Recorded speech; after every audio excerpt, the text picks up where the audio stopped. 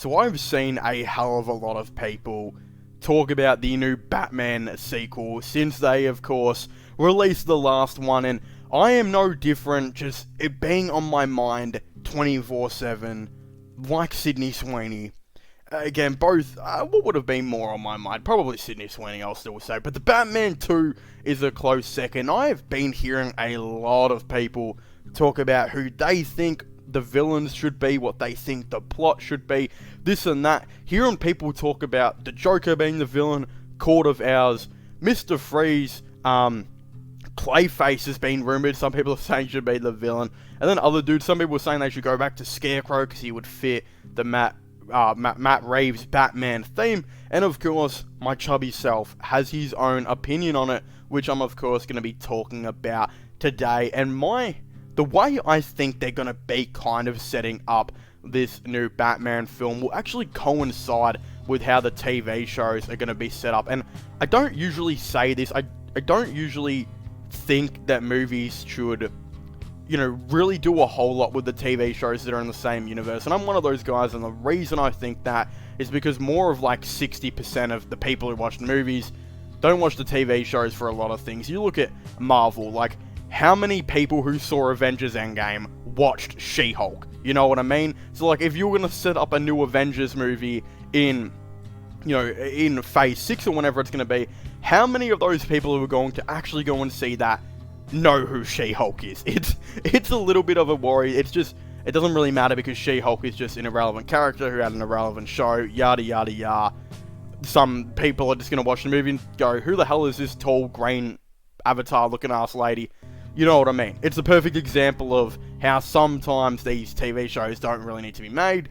They don't have an effect on the actual story of the movies, this and that. But I think the way they're actually setting up the TV shows for this Batman universe is going to, and I'm actually all for it, because they're actually going to be setting up a couple of characters who I don't really think you need to watch the TV shows to kind of get a whole lot of feel and understanding for anyway. But still, we're to the point of it's going to be good enough to where you're going to watch the shows, if that makes any sense. Again, some of the characters that have been rumoured are characters like Clayface, which, again, is a character who a lot of people have said should actually be the villain of Batman 2. Now, just because of he's going to have his own TV show, I'm straight up going to say, no, he's not going to be the villain of Batman 2. I don't think he'll even be in the movie. Those other characters, they're not going to be in the movie. They're going to be set up in their own TV shows, and then what I think will happen is in a future Batman movie, we'll probably see them, especially in like some type of Arkham Asylum jailbreak, which we haven't really ever seen, I don't think, too much in movies. Like, when was the last time you ever saw a movie where Joker broke out a bunch of dudes in the Arkham show, in Arkham? You only see that in like cartoon or Lego Batman games, so I think that would be cool to be like a Batman 3 type of thing. So, of course, I just wanted to get that out of the way. It kind of decides as well who I'm going to be having as the villains for these movies, because a couple of those dudes that have already been confirmed for the TV shows, I think Matt Reeves is going to separate to the, their own side thing. Perfect example, Clayface.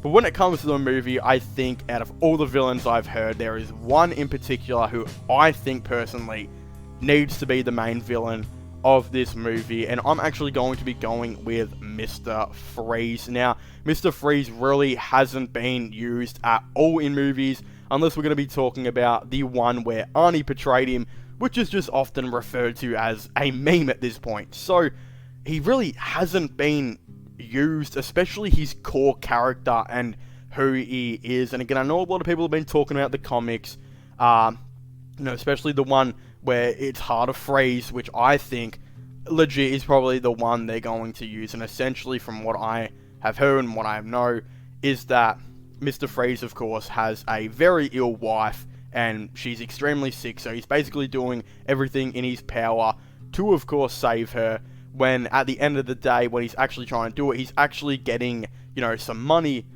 from a big name supplier who, of course, actually eventually cuts him off, leading to his wife's death, and then, of course, leading to him becoming Mr. Freeze. Now, who I actually think would be really interesting to have as this guy who I think could cut off Mr. Freeze in this, who has been used in some comics, so I think it's had somewhat of a correlation, is Hugo Strange. I really think Hugo Strange could be like the Penguin of this movie, not the main villain or anything like that, and just kind of the second dude who is, you know, kind of there, like the Penguin, who helps the Batman here and there when he is threatened, of course, and it is just, again, not the big baddie, but is just there. And I think what would actually be really interesting of Hugo Strange is this dude is a really rich figure in the comics, who at times has run into Bruce Wayne, of course, at their very big, rich, celebrity-like parties. And why I think he could actually be really important is because in the first Batman movie, we didn't really see Robert Pattinson's Batman, like, you know, be the playboy that we've known him to be in the comics, be the playboy that, like, Christian Bale's Batman, of course, was. Again, this Batman was really, really kind of, I think, solidified and isolated in his own home, and didn't, again, really take advantage of being that billionaire playboy like kind of guy. And I think in this movie they could actually use this as maybe a dude that you know, Robert Pattinson's Bruce, of course, does meet. He does meet Hugo Strange at some rich get together of some sort.